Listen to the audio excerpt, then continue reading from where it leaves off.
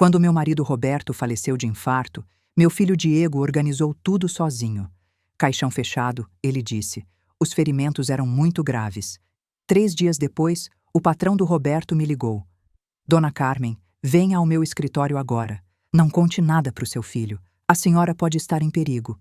Quando cheguei lá, a porta do banheiro se abriu. E o que vi me fez travar na hora. Me chamo Carmen, tenho 58 anos, e nunca imaginei que depois de 42 anos de casamento, eu ia me sentir uma estranha na minha própria vida. Antes de eu continuar, verifique se você já se inscreveu no canal, deixe seu like e me conte nos comentários de onde você está ouvindo minha história. Quero muito saber até onde ela já chegou. Eu estava ali, sentada na primeira fileira do velório do Roberto, enquanto meu filho Diego e minha nora Priscila tomavam todas as decisões como se eu não existisse. Mãe, deixa com a gente. A senhora só se preocupa em ficar calma, tá? Diego tinha falado isso naquela manhã com aquela voz condescendente que ele desenvolveu nos últimos anos. Priscila balançou a cabeça do lado dele com aquele sorriso falso que já era familiar demais. Fiquei quieta porque não tinha forças para brigar. Roberto tinha morrido de infarto 3 dias antes, tão de repente que eu ainda não conseguia processar direito. Num momento ele estava tomando café comigo, falando sobre a horta que queria fazer na primavera. No outro, encontrei ele caído na garagem. Observei as pessoas enchendo a capela. Colegas de trabalho do Roberto, vizinhos, alguns parentes distantes. Todos se aproximavam do Diego e da Priscila para dar os pêsames, como se eles fossem os viúvos. Eu era só uma velha de 58 anos que precisava ser protegida do trauma. O caixão estava fechado. Diego tinha explicado para todo mundo que o acidente tinha deixado Roberto com ferimentos muito graves, que seria melhor lembrar dele como era. Na hora achei estranho. Tinha sido um infarto, não um acidente de carro. Mas minha mente estava tão nublada pela dor que não questionei. Aceitei a explicação deles como aceitava tudo ultimamente. A avó tá muito frágil. Escutei a Priscila sussurrando para alguém. Eu e o Diego que estamos cuidando de tudo. Frágil. Essa palavra doeu mais que qualquer pêsame vazio. O Roberto nunca tinha me visto como frágil. Para ele eu era a Carmen, a companheira dele, a igual dele. Mas desde que o Diego casou com a Priscila há 5 anos, tudo mudou aos poucos. Durante o velório, notei algo estranho.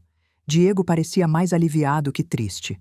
Cada vez que alguém vinha consolar ele, respondia com uma compostura que chegava a ser indiferente. Até sorriu. Um sorriso pequeno, rápido, mas que vi.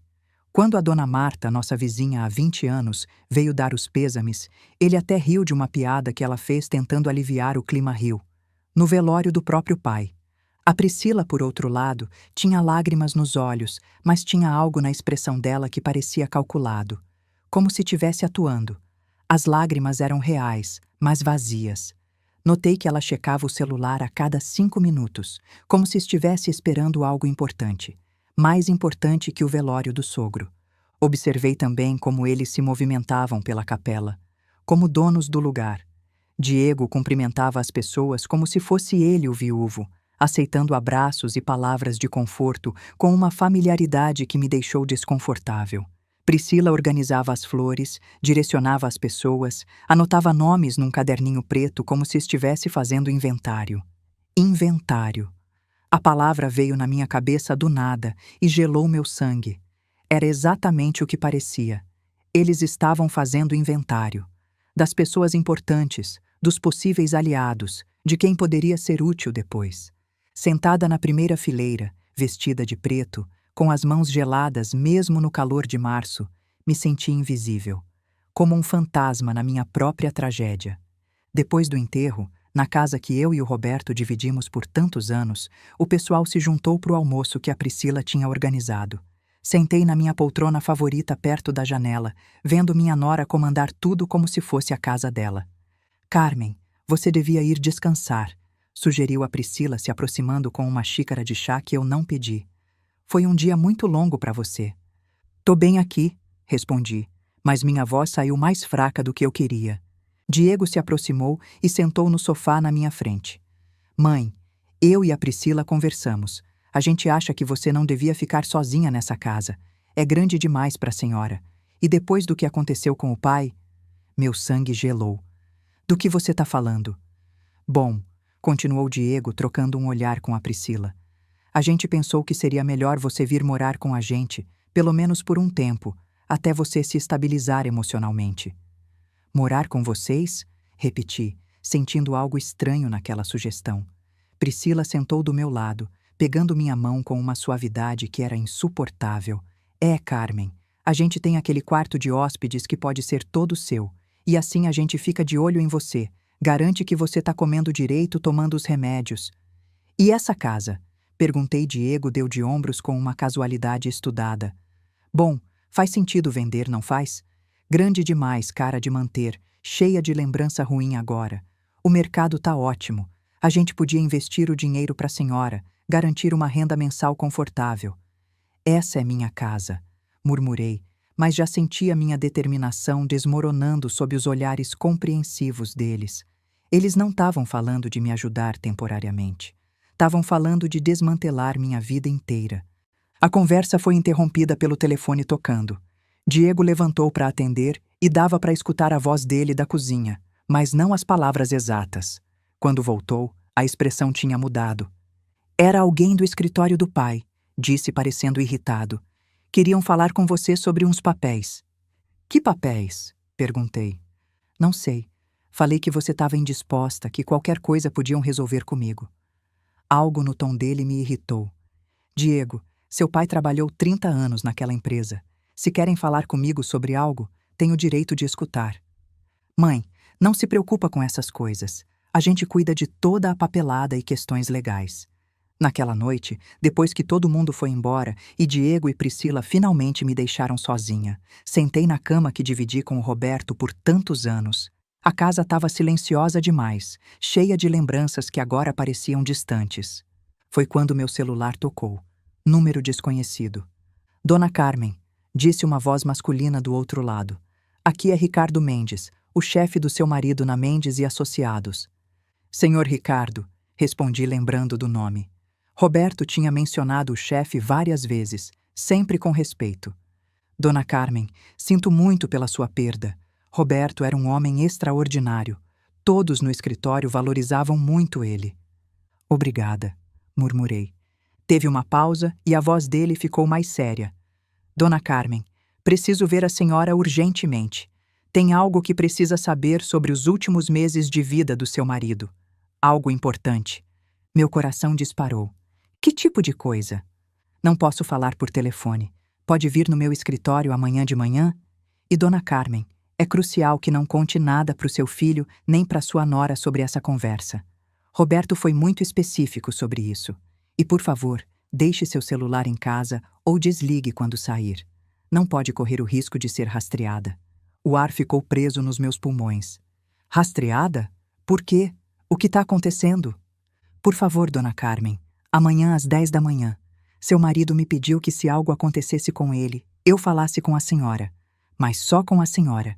E tome muito cuidado. Eles podem estar monitorando seus movimentos. A ligação caiu e fiquei sentada no escuro segurando o telefone com as mãos tremendo. Roberto tinha previsto a morte dele. Tinha deixado instruções específicas. E por algum motivo, essas instruções incluíam manter Diego e Priscila de fora e tomar precauções contra a vigilância. Pela primeira vez desde a morte dele, senti que meu marido estava me falando de algum lugar longe, dizendo para prestar atenção, que não era hora de ser frágil. Algo estava terrivelmente errado, e eu era a única que podia descobrir o quê. Na manhã seguinte, acordei com uma determinação que não sentia há meses. Pela primeira vez desde a morte do Roberto, tinha um propósito claro. Me vesti com cuidado, escolhendo o conjunto cinza que Roberto sempre dizia que me deixava elegante e forte. Diego ligou cedo, como vinha fazendo desde o funeral. Como dormiu, mãe? Eu e a Priscila ficamos pensando que talvez você devia ficar uns dias com a gente. Tô bem, filho, respondi tentando soar normal. Aliás, tenho que sair essa manhã. Pausa. Sair para onde? Minha mente trabalhou rápido. Na farmácia. Acabou meu remédio da pressão. Posso levar o remédio para a senhora. Não precisa sair. Diego, posso dirigir até a farmácia. Não sou inválida. O suspiro dele foi audível. Tá bom, mas toma cuidado. E se precisar de algo, liga pra gente na hora. Desliguei e olhei para o meu smartphone na mesa de cabeceira. As palavras do Ricardo ecoavam na minha cabeça. Deixe seu celular em casa ou desligue quando sair. Não pode correr o risco de ser rastreada. Pareceu paranoia, mas algo na urgência da voz dele me fez obedecer. Deixei o celular na mesa de cabeceira, ligado, como se tivesse simplesmente esquecido de levar. Se Diego tentasse me localizar, pareceria que eu ainda estava em casa. Dirigi até o centro de São Paulo com as mãos apertadas no volante, verificando o retrovisor mais vezes do que o necessário. Não sabia se estava sendo seguida, mas a advertência do Ricardo tinha me deixado nervosa. O prédio da Mendes em Associados era uma torre de vidro de 25 andares, que sempre me intimidou um pouco. Roberto trabalhava no 18º andar, no departamento de auditoria interna. A recepcionista me guiou até o andar executivo, onde nunca tinha estado. O escritório do Ricardo Mendes era impressionante. Janelas enormes com vista para a cidade inteira, móveis de madeira nobre e um ar de poder que dava para sentir. Ricardo Mendes era um homem de uns 60 anos, cabelo grisalho perfeitamente penteado, terno que provavelmente custava mais que meu aluguel de 3 meses. Levantou quando entrei e vi preocupação genuína nos olhos dele. Dona Carmen, obrigado por vir. Por favor, sente-se. Me acomodei numa das cadeiras de couro na frente da mesa dele, sentindo como se tivesse em território desconhecido. Antes de mais nada, começou Ricardo, quero que saiba que seu marido era um dos nossos funcionários mais valiosos. Em 30 anos, nunca tivemos uma única reclamação sobre o trabalho dele. Obrigada, murmurei, mas algo no tom dele me dizia que isso era só o começo. Ricardo levantou e caminhou até um arquivo atrás da mesa. Tirou uma pasta grossa e colocou na minha frente. Dona Carmen, nos últimos 6 meses de vida, Roberto veio me ver várias vezes com preocupações muito específicas. Abriu a pasta revelando páginas e páginas de documentos, anotações escritas à mão com a letra familiar do Roberto e o que pareciam ser fotos de outros documentos. Preocupações sobre o quê? Ricardo me olhou direto nos olhos. Sobre a família da senhora. Senti como se o chão tivesse se movido embaixo dos meus pés. Minha família. Roberto acreditava que o filho e a nora dele estavam tentando manipular ele para fazer mudanças significativas no testamento e nas contas bancárias. As palavras não faziam sentido imediatamente. Isso é impossível. Diego nunca... Dona Carmen, me interrompeu suavemente Ricardo. A senhora sabia que nos últimos 8 meses, Roberto recebeu múltiplas visitas do seu filho e da sua nora, muitas vezes quando a senhora não estava em casa? Balancei a cabeça negativamente, mas algo gelado se instalou no meu estômago. Sabia que sugeriram repetidamente que seria melhor para a senhora se ele organizasse as coisas de forma que, caso algo acontecesse com ele, Diego tivesse poder legal imediato sobre todas as decisões financeiras e médicas relacionadas à senhora. Isso não pode ser verdade, sussurrei. Ricardo abriu uma das páginas e girou para mim. Era uma xerox de um documento legal parcialmente preenchido. Reconhecia a assinatura do Roberto embaixo, mas estava riscada. Roberto me trouxe isso há 3 meses. Disse que Diego tinha pressionado ele para assinar, dizendo que era o melhor para a família, que ia proteger a senhora de ter que tomar decisões difíceis se ele não tivesse mais aqui. Li as primeiras linhas do documento. Era uma transferência de poder legal que teria dado ao Diego controle total sobre todas as nossas finanças e decisões médicas relacionadas a mim, caso o Roberto morresse ou ficasse incapacitado. Mas ele não assinou, observei. Não. E foi isso que começou a preocupar Roberto. Segundo ele contou, quando se recusou a assinar, Diego ficou muito bravo. Disse que ele estava sendo egoísta, que não pensava no que era melhor para a senhora. Minha mente começou a fazer conexões que eu não queria fazer. Lembrei das visitas do Diego e da Priscila durante o último ano. Como sempre pareciam estar sussurrando sobre algo quando eu entrava na sala. Tem mais, continuou Ricardo virando para outra página. Roberto também me contou que Priscila tinha começado a sugerir que a senhora estava mostrando sinais de confusão, de perda de memória. O quê? Aparentemente ela tinha começado a comentar tanto com Roberto quanto com Diego que a senhora repetia histórias, esquecia conversas, que talvez precisasse de supervisão médica mais próxima. Senti como se tivesse levado um soco. Eu não... Minha memória está perfeitamente bem. Roberto sabia disso, por isso começou a documentar tudo, cada conversa, cada sugestão, cada pressão que sentia da parte deles. Ricardo passou várias páginas mostrando anotações detalhadas na letra do Roberto, datas, horários, transcrições de conversas. Meu marido tinha estado levando um registro meticuloso do que agora parecia ser uma campanha para minar a confiança dele em mim e ganhar controle sobre nossas vidas. Por que ele não me contou nada? Perguntei sentindo lágrimas que não sabia que tinha. Ele disse que precisava de provas concretas antes, que se contasse para a senhora sem evidências sólidas, eles poderiam convencê-la que era paranoia dele e também tinha medo de preocupá-la desnecessariamente caso estivesse errado. Mas quando as evidências começaram a se acumular, ele sabia que precisava agir. Que tipo de evidências? Ricardo hesitou. Dona Carmen, Roberto contratou um investigador particular há 3 meses, e o que descobrimos é muito pior do que imaginávamos. Nesse momento escutei uma batida forte na porta do escritório. Eu e Ricardo viramos e meu coração parou quando vi quem entrava. Diego e Priscila estavam parados na entrada, as expressões deles uma mistura de surpresa e algo mais escuro. Mãe, disse Diego, e a voz tinha um tom que nunca tinha escutado antes. O que você está fazendo aqui? Priscila se adiantou com aquele sorriso condescendente que agora reconhecia como máscara. Carmen, a gente ficou preocupado quando vimos onde você estava. Por que não disse que vinha aqui? Meu sangue gelou. Como vocês sabiam que eu estava aqui? Diego trocou um olhar rápido com Priscila antes de responder. Bom, quando você não respondeu nossas ligações, ficamos preocupados. Então usamos o rastreador do celular para ver onde você estava. O celular dela está em casa, disse Ricardo calmamente, mas dava para ver tensão em cada linha do corpo dele. Como vocês realmente descobriram que ela estava aqui? O silêncio que seguiu foi pesado. Diego ficou vermelho e Priscila pareceu momentaneamente perdida.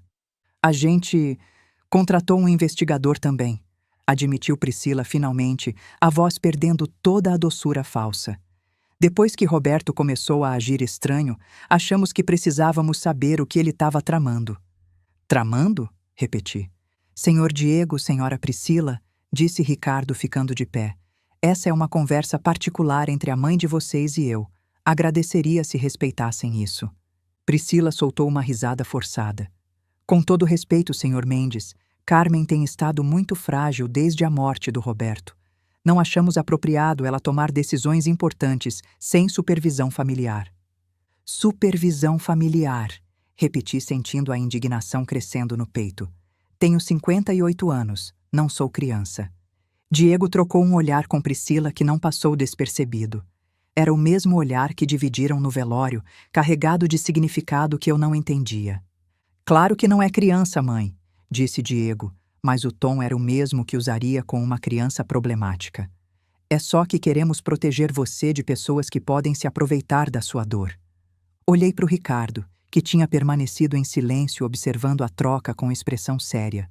Depois olhei a pasta fechada sobre a mesa, sabendo que continha informações que mudariam tudo. Ricardo, disse usando o nome dele deliberadamente, pode me dar uns minutos para falar com meu filho e minha nora? Ele assentiu. Claro, vou ficar logo ali fora. Quando ele saiu, o ar na sala mudou completamente. Diego relaxou visivelmente como se tivesse ganhado algo importante. Mãe, não sei o que esse homem tem dito para você, mas precisa entender que as pessoas podem ser muito manipuladoras quando tem dinheiro envolvido. Dinheiro? Perguntei. Priscila sentou na cadeira ao meu lado. Carmen, querida, a gente sabe que Roberto tinha um seguro de vida considerável. Com a casa e as economias dele, tem gente sem escrúpulos que se aproveita de viúvas.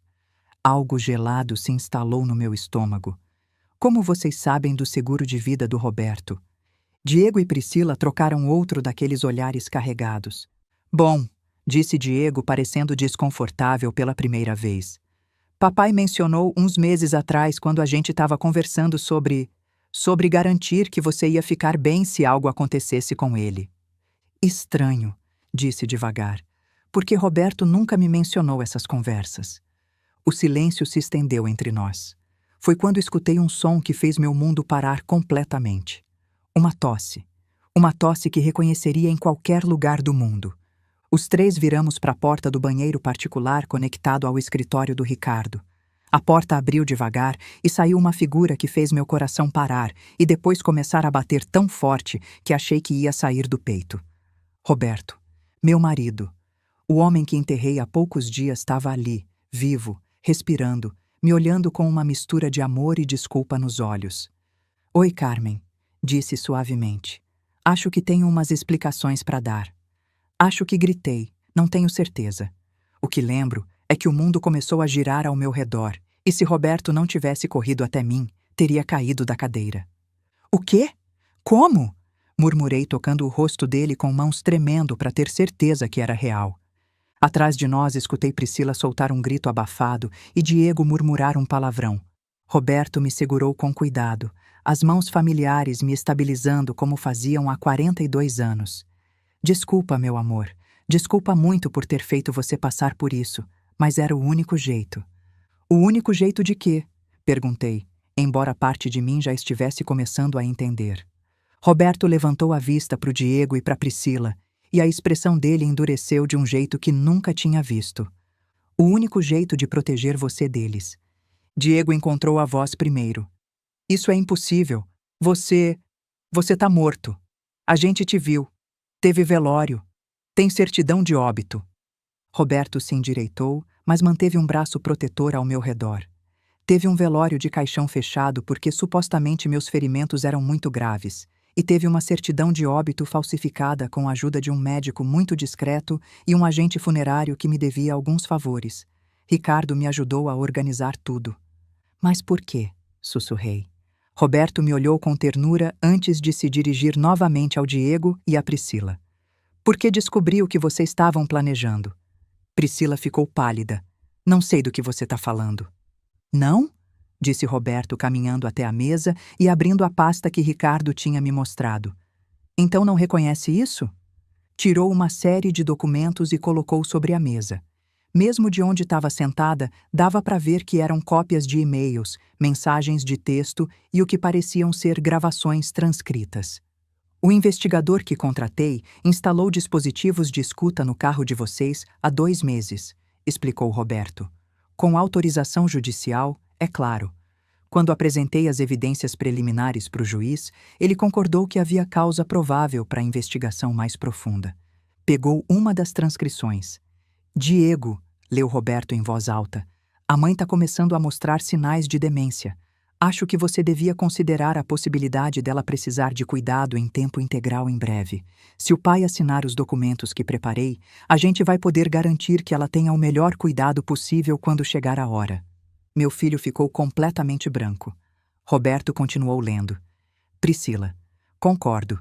E quanto antes melhor. Só a casa vale quase R$ 1.200.000, sem contar as economias dele.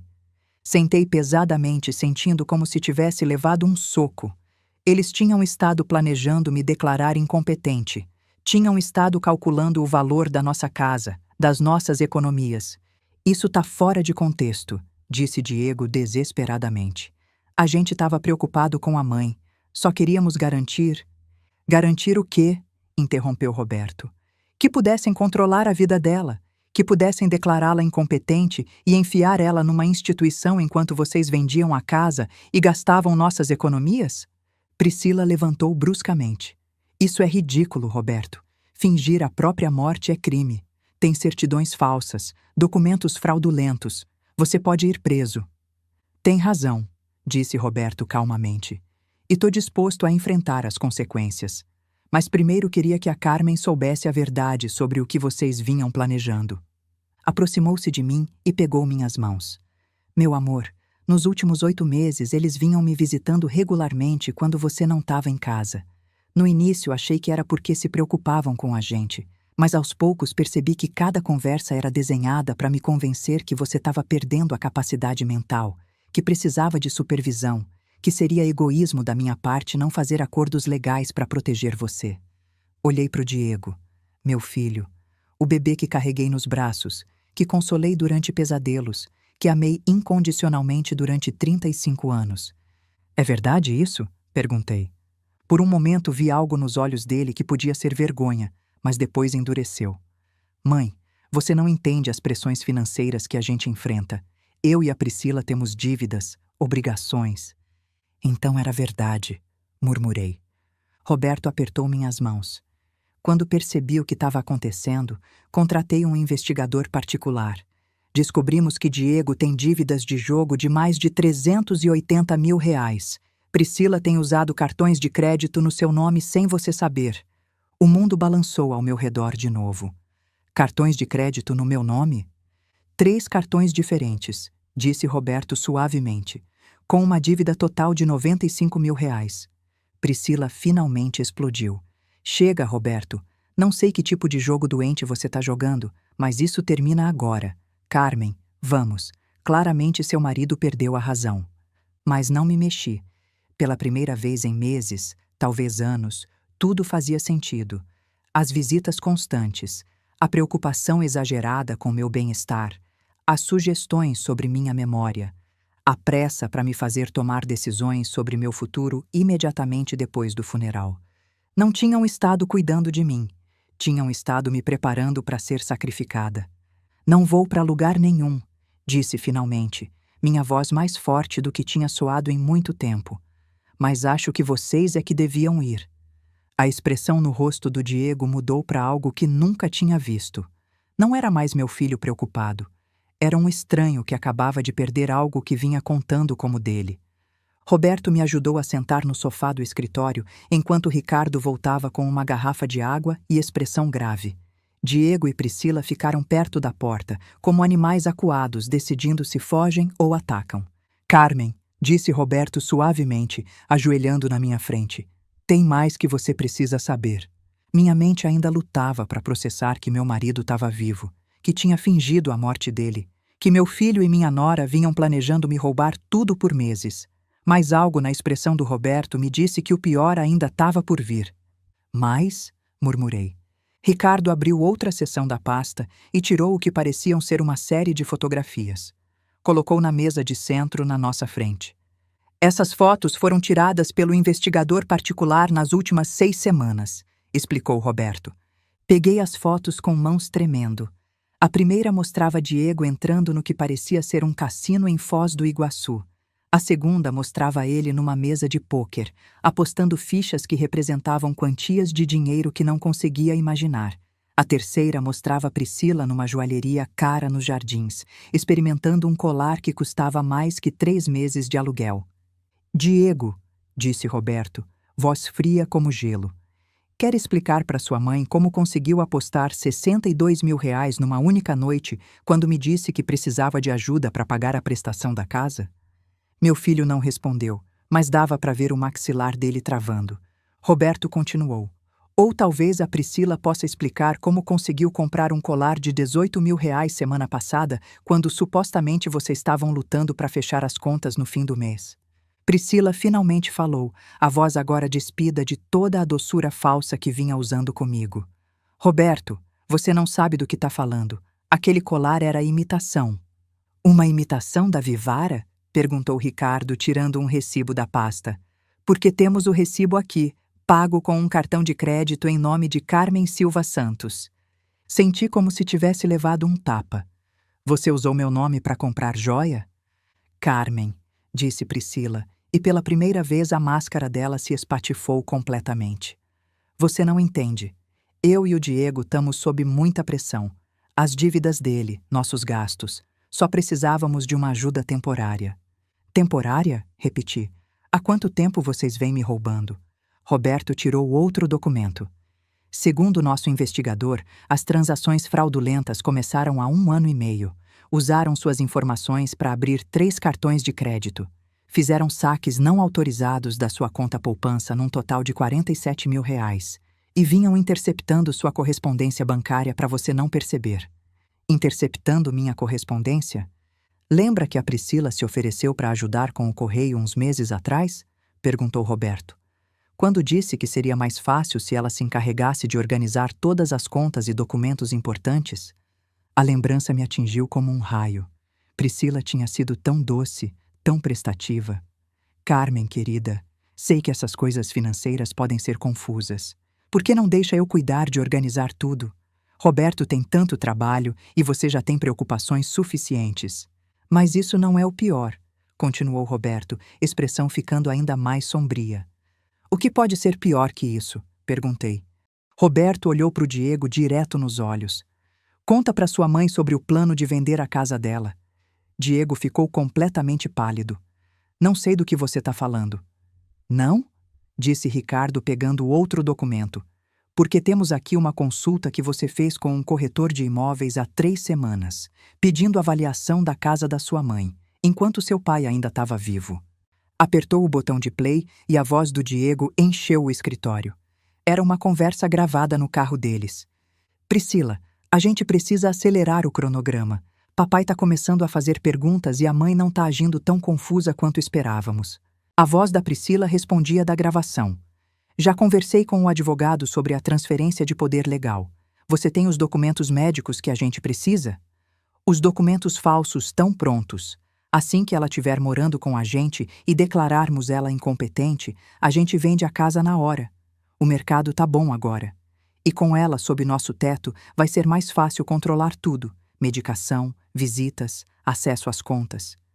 Senti como se estivesse caindo num precipício. Documentos médicos falsos. A gravação continuou.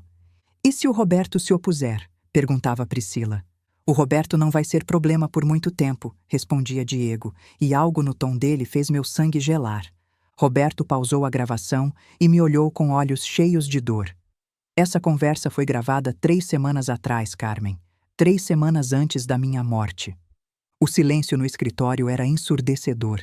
Olhei para o Diego tentando encontrar alguma explicação, algum jeito disso não ser o que parecia. O Roberto não vai ser problema por muito tempo, repeti devagar. O que isso significa, Diego? Meu filho finalmente falou, mas a voz era de um estranho. Mãe, você está interpretando mal. A gente só estava preocupado com o pai.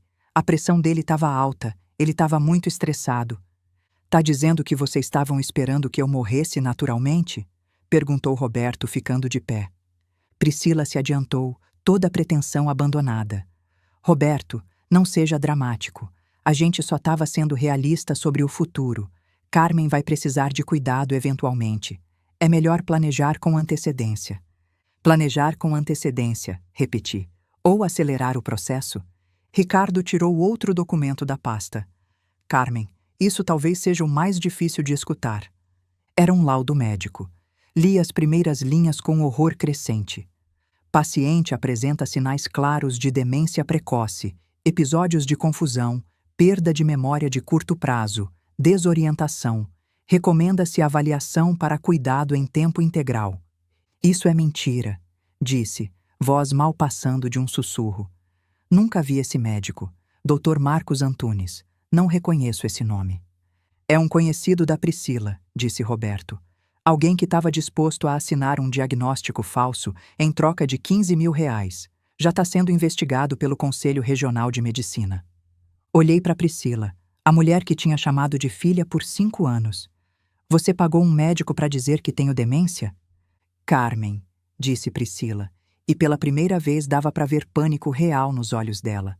Você tem que entender, a gente estava tentando proteger você. Me proteger do quê? Gritei, surpresa com a força da minha própria voz. De você mesma, gritou Diego de volta. Mãe, você é velha, sua mente não é mais a mesma. Eu e a Priscila conseguimos ver coisas que você não consegue.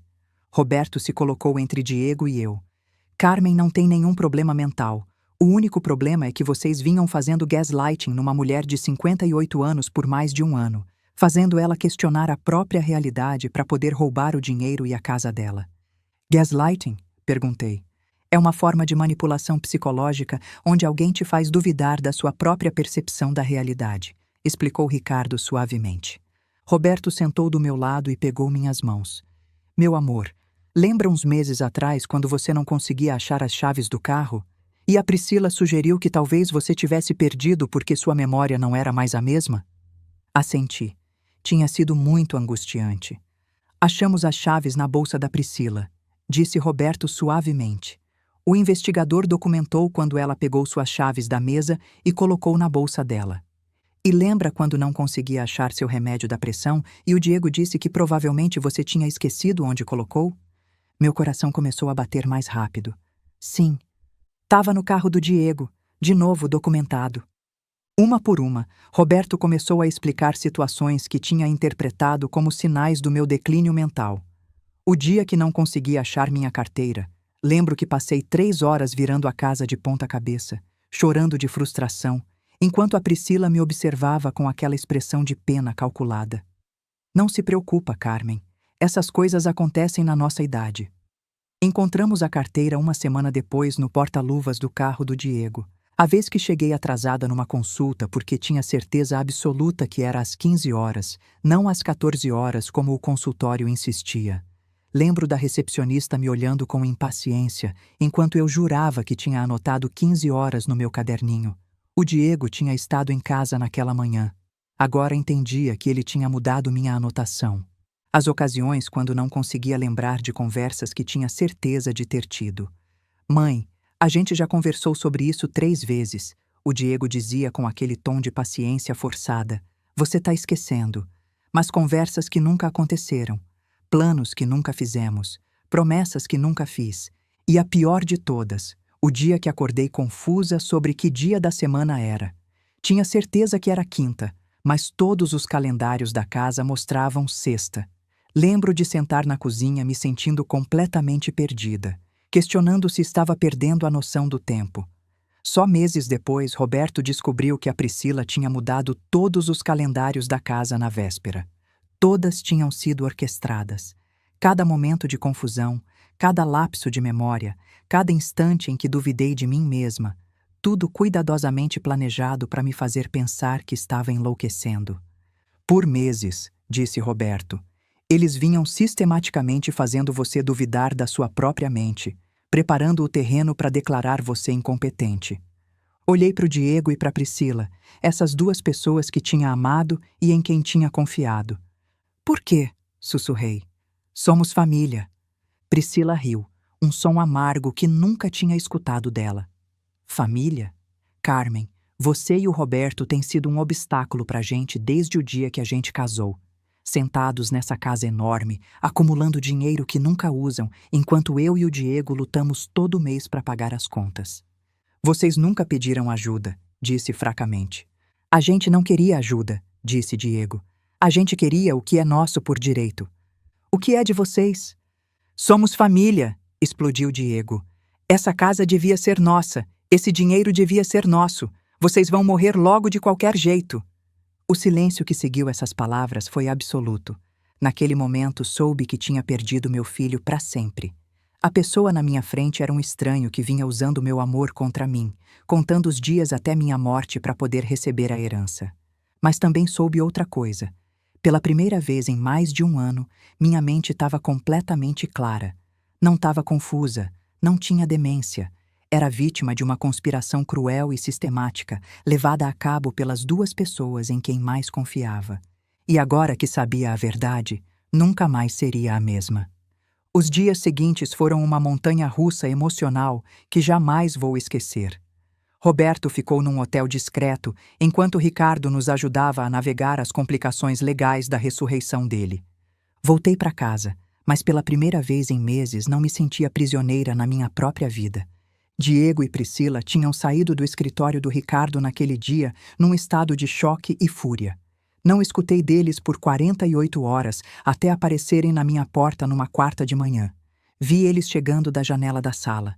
Diego caminhava com aquela determinação que reconhecia da infância dele, quando tinha feito algo errado e estava decidido a me convencer que não era culpa dele.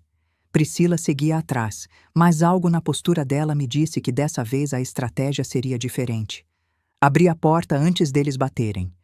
Oi, mãe, disse Diego, voz com aquela qualidade cuidadosamente controlada que usava quando tentava manejar uma situação difícil. Diego, Priscila. Minha voz soou mais fria do que pretendia, mas não tentei suavizar. Podemos entrar? Perguntou Priscila. A gente precisa conversar. Deixei eles entrarem, mas não convidei para sentar. Ficamos de pé na sala que tinha sido testemunha de tantas reuniões familiares felizes e agora parecia um campo de batalha. Mãe, começou Diego. A gente tem pensado muito sobre o que aconteceu no escritório. Tenho certeza que sim. Priscila deu um passo para frente. Carmen, acho que tem muito mal-entendido aqui. Eu e o Diego temos estado preocupados com seu bem-estar, mas tudo o que fizemos foi com as melhores intenções. Melhores intenções, repeti. Como usar meu nome para abrir cartões de crédito?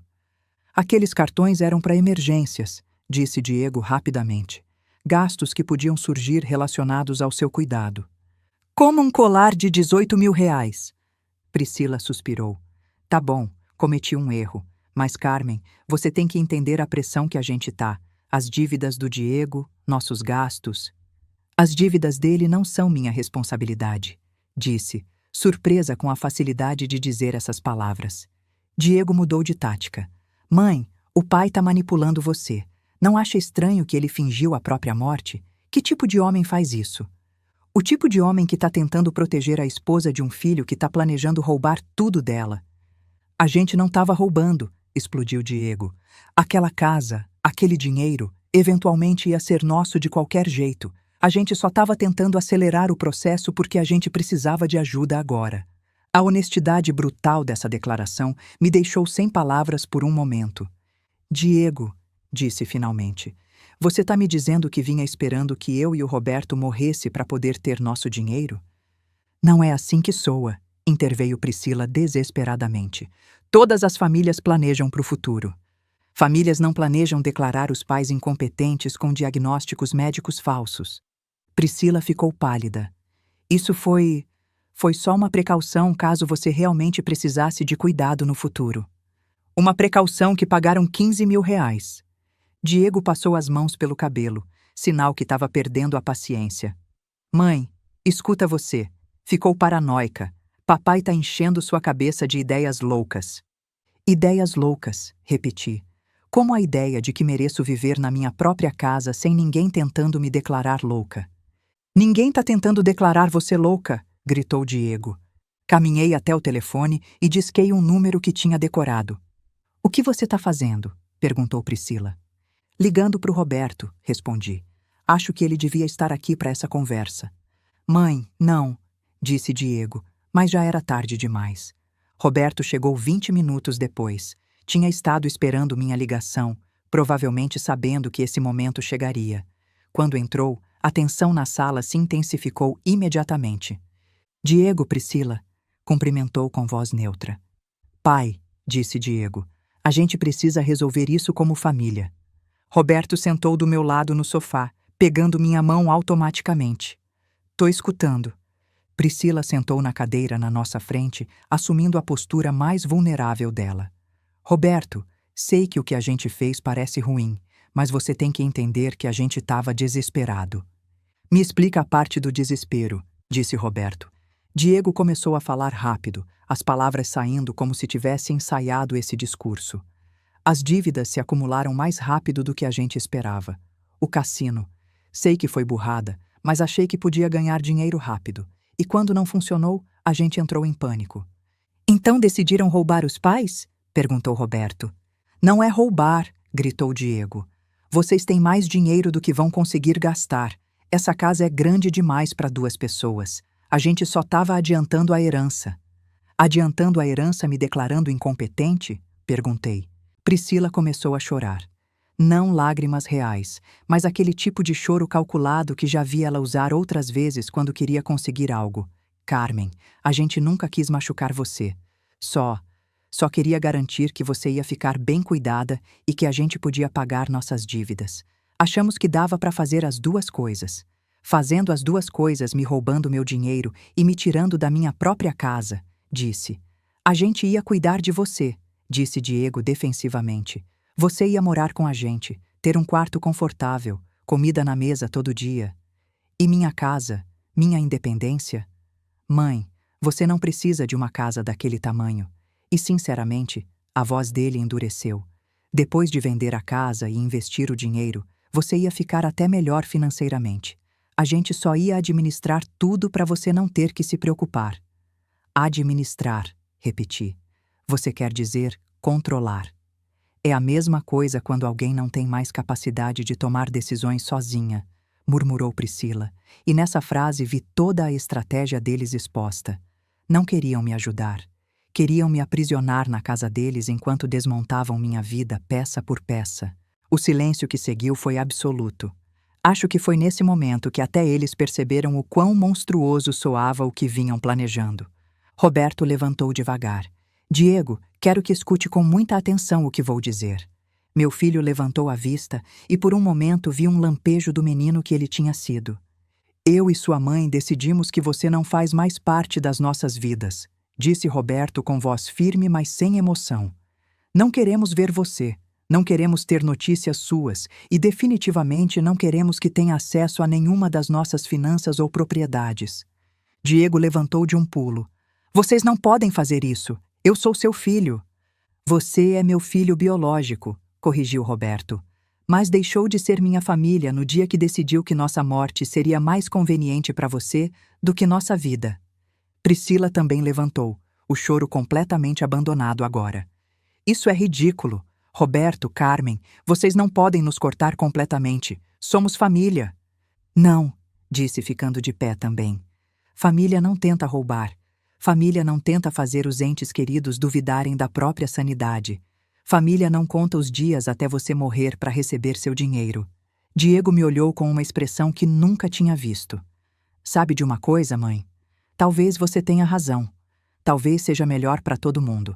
Porque eu já estava cansado de fingir que me importava quando a única coisa que eu realmente queria era que você saísse do caminho. Essas palavras me acertaram como um tapa físico, mas estranhamente também me libertaram. Todo o amor, toda a culpa, toda a esperança de que pudesse haver algum mal-entendido evaporou naquele momento. Vai embora, disse simplesmente. Pega suas coisas da minha casa e vai. Com prazer, disse Diego.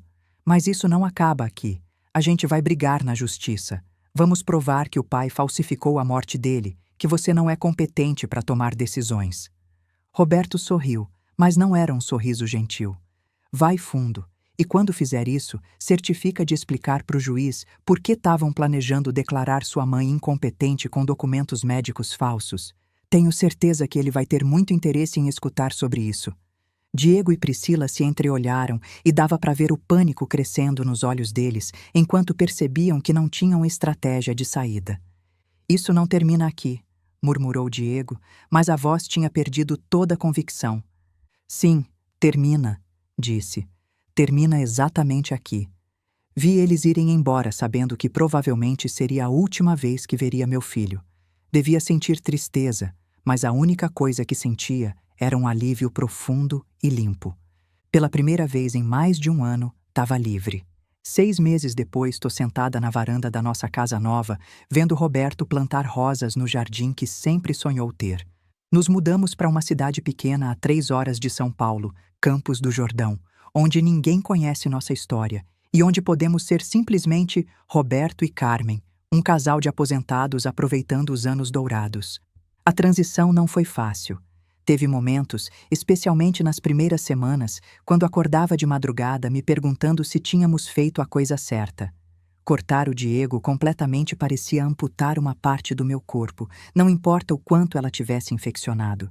Mas Roberto me lembrava constantemente por que tínhamos tomado essa decisão.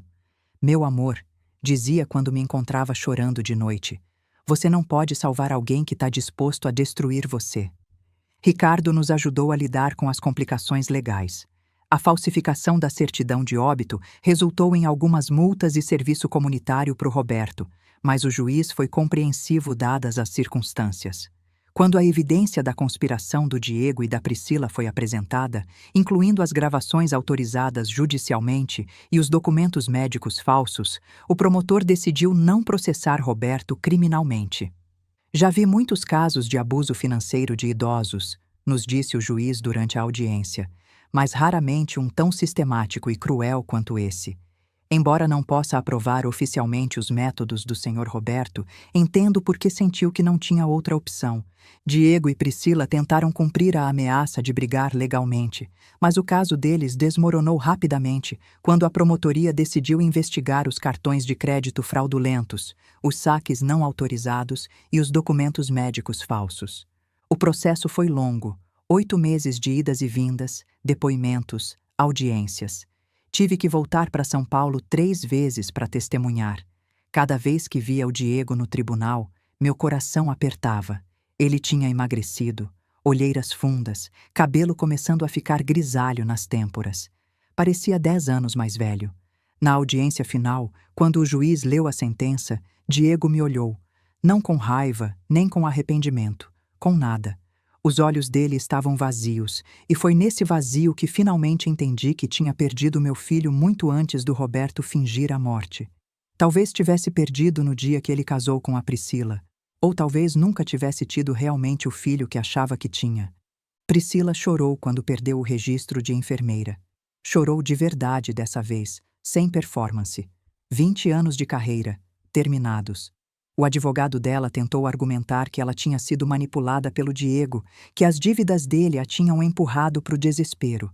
Mas as evidências mostravam que ela tinha sido uma participante ativa, talvez até a idealizadora, de grande parte do esquema. No final, foram eles que enfrentaram acusações criminais, não nós. Diego, 18 meses de liberdade condicional, 200 horas de serviço comunitário, ordem para pagar restituição de R$ 189 mil, cobrindo as dívidas fraudulentas, os saques não autorizados e danos morais. Priscila, 12 meses de liberdade condicional, perda permanente do registro profissional, ordem de pagamento de R$ 128 mil. O juiz, um homem de uns 55 anos com óculos de aro grosso e expressão severa, olhou para eles antes de dar a sentença final. Vocês não roubaram apenas dinheiro, disse. Roubaram paz de espírito, roubaram confiança, roubaram a dignidade de uma mulher que os amava incondicionalmente. E isso, em minha opinião, é muito pior que qualquer fraude financeira. A última vez que soube deles, Diego estava cumprindo a liberdade condicional trabalhando num call center, ganhando uma fração do que costumava gastar numa noite de jogo. Priscila tinha perdido não só o registro, mas também o casamento. Tinham se divorciado 6 semanas depois que tudo veio à tona, cada um culpando o outro por ter arrastado o outro para uma situação tão desesperada. Não sinto satisfação pela queda deles. Só sinto uma estranha sensação de encerramento, como quando termina de ler um livro que vinha te perturbando e finalmente pode colocar de lado. Vendemos a casa grande onde tínhamos criado Diego. Era cheia demais de memórias complicadas e, francamente, eles tinham razão numa coisa. Era grande demais para 2 pessoas. Com o dinheiro da venda, compramos essa casa menor em Campos do Jordão, com terra suficiente para o jardim do Roberto e uma vista das montanhas que faz cada amanhecer parecer um presente. Também pagamos todas as dívidas que Diego e Priscila acumularam em nosso nome. Não porque devíamos, mas porque queríamos começar essa nova fase das nossas vidas completamente limpos, sem nenhuma conexão financeira com nosso passado. Você acha que o Diego algum dia vai entender o que fez? Pergunto para o Roberto uma tarde enquanto preparamos o jantar juntos. Roberto para de cortar os legumes e me olha com aqueles olhos sábios que me apaixonaram há 42 anos. Não sei, meu amor, mas já não é nossa responsabilidade ensinar isso para ele. Essa é a lição mais difícil que aprendi nesses meses. Durante 35 anos, me senti responsável pela felicidade e bem-estar do Diego. Mesmo quando virou adulto, mesmo quando casou, continuou sendo meu bebê que precisava de proteção e orientação. Mas alguns adultos escolhem caminhos que os pais não podem seguir. E às vezes o amor mais verdadeiro é saber quando soltar. Fizemos amigos novos aqui. Márcia e Paulo, o casal que mora do lado, nos convidaram para jantar semana passada. Eles têm 62 e 65 anos, respectivamente, aposentados também. Donos de uma pousada pequena que administram mais por hobby que por necessidade. Durante a conversa, entre risadas e vinho, um Malbec argentino que o Paulo guarda para ocasiões especiais, Márcia mencionou que tinham cortado relações com a filha há 10 anos. O silêncio que seguiu foi breve, mas pesado. Era viciada, explicou simplesmente, os olhos dela ficando um pouco mais brilhantes, mas sem lágrimas. E cada vez que a gente tentava ajudar, ela nos arrastava para o caos dela. Roubou de nós, mentiu, manipulou. No fim, tivemos que escolher: salvar nosso casamento e nossa sanidade ou continuar sendo vítimas da destruição dela. Foi difícil? Perguntei, minha voz saindo mais baixa que pretendia. Paulo pegou a mão da Márcia com uma ternura que me fez lembrar do Roberto. Foi a decisão mais difícil das nossas vidas, mas também foi a que nos salvou. A gente quase se divorciou por causa das brigas sobre como lidar com ela. Quase perdemos tudo, a pousada, as economias, um ao outro. Quando finalmente fizemos a escolha de nos afastar, foi como poder respirar de novo. Você ainda pensa nela? Perguntei. Todo dia, admitiu Márcia. Mas agora penso com clareza, não com desespero. Penso com amor, mas não com culpa. E essa é a diferença que nos salvou. Não tinha percebido até aquele momento o quanto precisava escutar que não éramos os únicos pais que tiveram que tomar uma decisão tão extrema, que havia outros como nós, vivendo com essa dor particular de amar alguém à distância, de ter que escolher entre salvar um filho ou salvar a si mesmo. Naquela noite, voltando para casa pela rua de terra sob um céu estrelado que só a serra oferece, segurei a mão do Roberto mais apertado. A gente fez a coisa certa, disse. Eu sei, respondeu ele. Mas ainda dói, não é? Dói, admiti, mas não tanto quanto doía viver naquela mentira. Essa manhã, Roberto me trouxe café na cama, uma rotina que desenvolvemos na nossa vida nova. Enquanto tomava a primeira xícara, notei que ele tinha deixado uma carta na mesinha de cabeceira. O que é isso? Perguntei. Chegou ontem. É do Diego. Meu coração parou por um momento. Você leu? Não é para mim. Segurei a carta por vários minutos antes de abrir. A letra era a mesma que tinha visto em milhares de cartões do Dia das Mães, mas as palavras eram de um estranho. Mãe, começava. Sei que provavelmente não quer ter notícias minhas, mas preciso dizer algo. Eu e a Priscila divorciamos.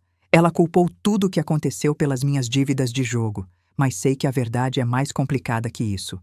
Continuava explicando que estava em terapia, que estava trabalhando num emprego humilde tentando pagar as restituições, que estava tentando entender como tinha chegado no ponto de conspirar contra os próprios pais.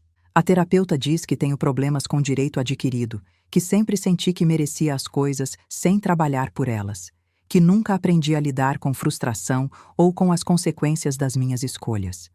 Chegava no ponto perto do fim. Não tô pedindo perdão porque sei que não mereço.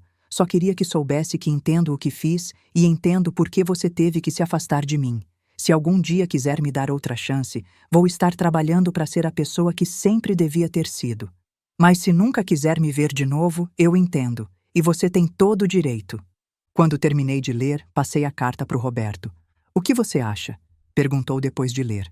Acho que parece alguém que está tentando mudar, disse honestamente. Mas também acho que palavras são fáceis. Roberto assentiu. E o que você quer fazer? Nada, disse, me surpreendendo com a certeza da minha resposta. Quero continuar vivendo nossa vida. E se um dia ele demonstrar com ações reais que mudou, talvez a gente possa reconsiderar. Mas não vou ficar esperando por isso. E se ele nunca fizer isso? Olhei pela janela para o jardim, onde as rosas que Roberto tinha plantado começavam a florescer. Então a gente vai viver uma vida linda sem ele. Essa tarde, enquanto Roberto trabalhava no jardim, decidi escrever minha própria carta. Não para o Diego, mas para mim mesma. Um tipo de declaração de independência da culpa que vinha carregando. Querida Carmen, de 58 anos, escrevi. Perdoe-se por amar tanto que quase custou tudo. Perdoe-se por confiar tanto que quase custou sua sanidade. Perdoe-se por acreditar que o amor familiar sempre é incondicional. Mas também celebre sua força. Celebre que quando finalmente viu a verdade, teve a coragem de agir. Celebre que escolheu sua própria vida sobre o conforto de todo mundo. Você não é frágil. Você é forte. E você merece viver o resto dos seus dias em paz. Essa noite, enquanto eu e Roberto nos preparávamos para dormir no nosso quarto novo com vista para as montanhas, ele perguntou: Você se arrepende de alguma coisa? De cortar ele completamente? Não, respondi sem hesitar. Às vezes me arrependo de não ter visto os sinais antes, de ter deixado que me fizessem duvidar de mim mesma por tanto tempo. E de eu ter fingido minha morte? Sorri. Foi dramático, foi extremo, mas foi o único jeito de me mostrar a verdade sem que você pudesse duvidar. Se você tivesse simplesmente me contado, eu teria achado que era paranoia sua. Precisava ver com meus próprios olhos. Roberto riu. Definitivamente foi efetivo. Ficamos em silêncio por um momento, escutando os sons da noite na nossa casa nova. Sabe o que é mais estranho? Disse finalmente. O quê? Me sinto mais jovem agora do que quando tinha 50 anos, como se tivesse carregando um peso que nem sabia que estava lá. Roberto pegou minha mão no escuro. É isso que acontece quando você para de viver para os outros e começa a viver para você mesma. Essa manhã recebi uma ligação da Márcia, nossa vizinha nova. Carmen, disse, um grupo de nós vai na feira orgânica sábado e depois a gente pensou em almoçar naquele café francês novo. Você quer ir? Adoraria, respondi sem hesitar. Há um ano teria que consultar Diego e Priscila, garantir que não precisavam de nada, considerar se era apropriado para uma mulher da minha idade sair com amigas. Agora simplesmente digo sim às coisas que me deixam feliz. Enquanto escrevo essas linhas, sentada na minha varanda com uma xícara de chá e o som do Roberto assobiando enquanto rega as rosas, percebo que essa é a primeira vez em décadas que me sinto completamente livre. Livre da culpa, livre das expectativas, livre da necessidade de justificar minhas decisões para pessoas que nunca tiveram meus melhores interesses no coração. Diego tinha razão numa coisa. Eu e o Roberto provavelmente não vamos viver muitos anos mais. Mas os anos que nos restam serão nossos, vividos nos nossos termos, rodeados de pessoas que nos amam sem condições e sem agendas escondidas. E isso, descobri, vale mais que qualquer relação familiar tóxica que pude ter perdido no processo. Às vezes a maior liberdade vem de ter a coragem de caminhar para o desconhecido, deixando para trás até aqueles que mais amou quando o amor tinha se tornado indistinguível do dano. Essa noite vou dormir profundamente pela primeira vez em 2 anos, sabendo que amanhã vou acordar numa vida que é completamente minha. Vou acordar e fazer café do jeito que gosto, forte e amargo. Vou sentar na varanda e ver o sol nascer atrás das montanhas sem ninguém me dizendo que devia estar descansando. Vou planejar meu dia sem pedir permissão, sem justificar, sem me explicar. E quando o Roberto acordar, vamos tomar café juntos em silêncio confortável, o tipo de silêncio que só 42 anos de casamento podem criar. O tipo de silêncio onde não precisa preencher cada segundo com palavras porque já nos entendemos com olhares. E se você está assistindo isso, se essa história tocou seu coração de alguma forma, deixa um comentário dizendo de que cidade você está me assistindo. Quero saber até onde chegou minha história. Quero saber que não estou sozinha nessa jornada de reconstrução. Porque se tem uma coisa que aprendi com tudo isso, é que às vezes compartilhar nossas histórias é a única maneira de lembrar que não estamos sozinhos nas nossas lutas, que outras pessoas já passaram por escolhas impossíveis e sobreviveram, que dor compartilhada é dor diminuída, que não estamos sozinhos quando precisamos fazer escolhas impossíveis entre nosso bem-estar e o amor familiar que nos ensinaram que deveria ser eterno e incondicional. E que não estamos sozinhos quando finalmente escolhemos a nós mesmos, mesmo quando a culpa tenta nos dizer que somos egoístas por fazê-lo. Se inscreve no canal, ativa o sininho, porque essa história não termina aqui. Tenho muito mais para contar sobre como reconstruir minha vida depois dos 50, sobre como encontrei força quando achei que não tinha mais nenhuma, sobre como aprendi que nunca é tarde demais para recomeçar. Até a próxima, meus amores.